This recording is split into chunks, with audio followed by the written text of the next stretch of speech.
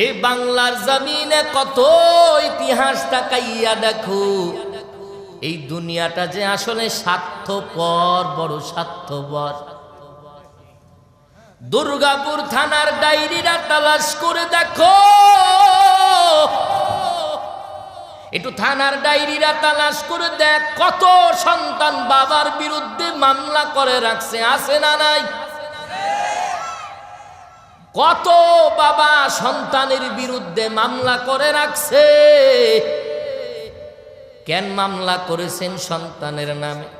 ও বাবা, এই সন্তানটারে তো মানুষ করতে যাইয়া আপনার জীবনে আপনি কম কষ্ট করেন নাই, নিজে খানা খান নাই, না খাইয়া সন্তানটারে মানুষ করেছেন। তাহলে আজকে থানার ডায়েরির ভিতরে কেন সন্তানের নামে মামলা?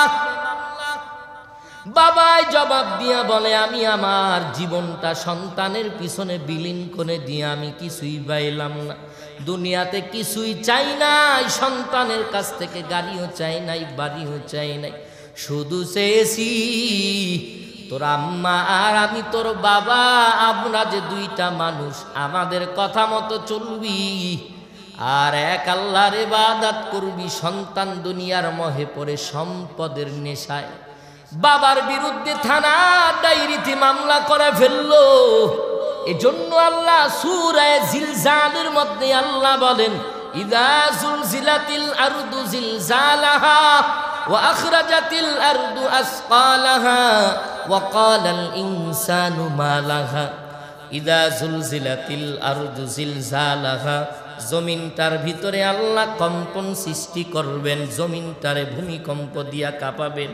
এবার আল্লাহ এই দুনিয়ার জমিনে যে মা বাবা সম্পদের কারণে এত গাফলতি, এত মারামারি, এত হানাহানি, এই সম্পদগুলো আল্লাহ দুনিয়ার এই তলদেশ থেকে, জমিনের তলদেশ থেকে আল্লাহ যত অমূল্যবান ধন সম্পদ, কোটি কোটি টাকার সম্পদ, আল্লাহ এই জমিনকে আদেশ করবে আজকে সব কিছু বের করে দেও।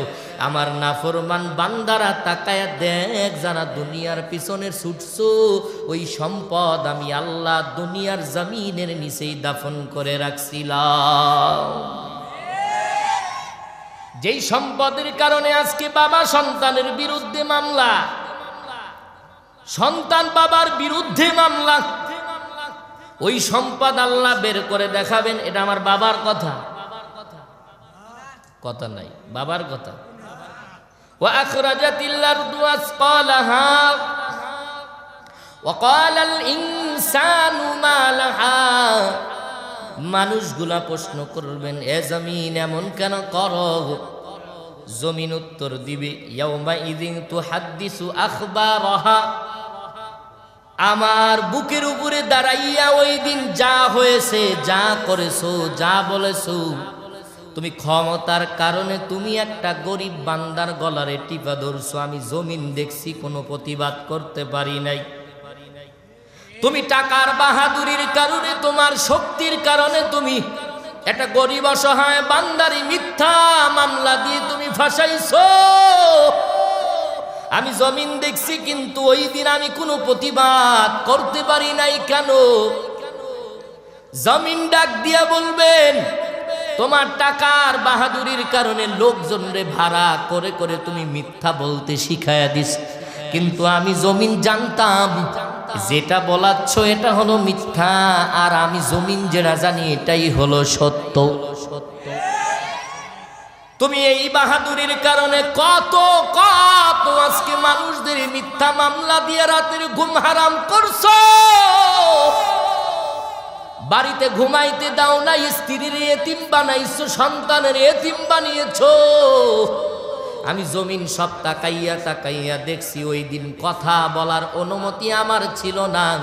আজকে আল্লাহ আমারে আদেশ দিয়েছেন, বি আন্না রাব্বাকা আওহা লাহা।